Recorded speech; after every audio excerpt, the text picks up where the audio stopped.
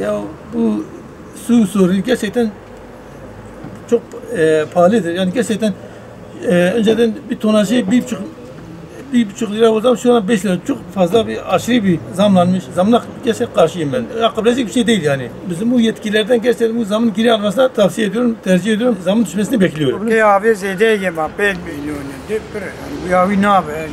Millet bu ne? Millet fakiri zeyde bir fiyatı abi zeyde çekirli ne karım edin? Bir zeyde. Hem tuhazi ki bak beri bake. Kim bake ki millet fakiri iş tüne yani.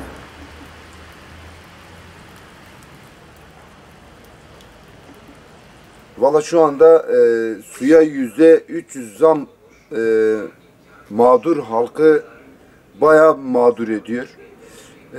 Yani bu kadar zammı beklemiyorduk. Maalesef şu anda halk ödeyebilecek durumda değil. İş yok, ekonomi durumu zaten gözler önündedir. Maalesef yani bu zamların geri çekilmesini istiyoruz. En çok kullanılan sudur ve şu anda baktığımız, gözlemlediğimiz kadar hiç kimse israf da etmiyor. Yani tasarruflu kullanılmasına rağmen %200 bayağı yüksektir.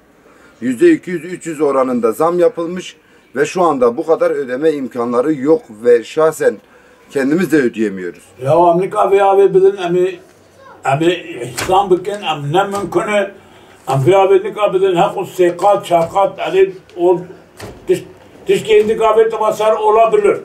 Fakat ne mümkün millet vakıfı abidilim millet ihsan ki ya efçi adaleti binin takir ve binin çetiriz bir abi.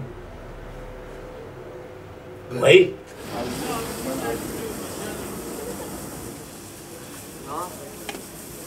Su bizim temel ihtiyacımızdır. Yani bir suyun iş yerinde 4 liradan 12 lira olması, evlerde 1,5 liradan 5 lira olması yani görülmeyecek bir şey. Yani bu çok pahalı bir şey. Su çok pahalı oldu. Su insanın temel ihtiyacıdır. Bunun düzeltilmesini istiyoruz yani. Su insanların temel ihtiyacıdır. İnsan yemeklerini, abdestini falan hepsi suyla alıyorlar. Bir anda suyun bu kadar zamlanmasına tepkiliyiz. Bu zamın geri almasını istiyoruz. Millet mağdurdur.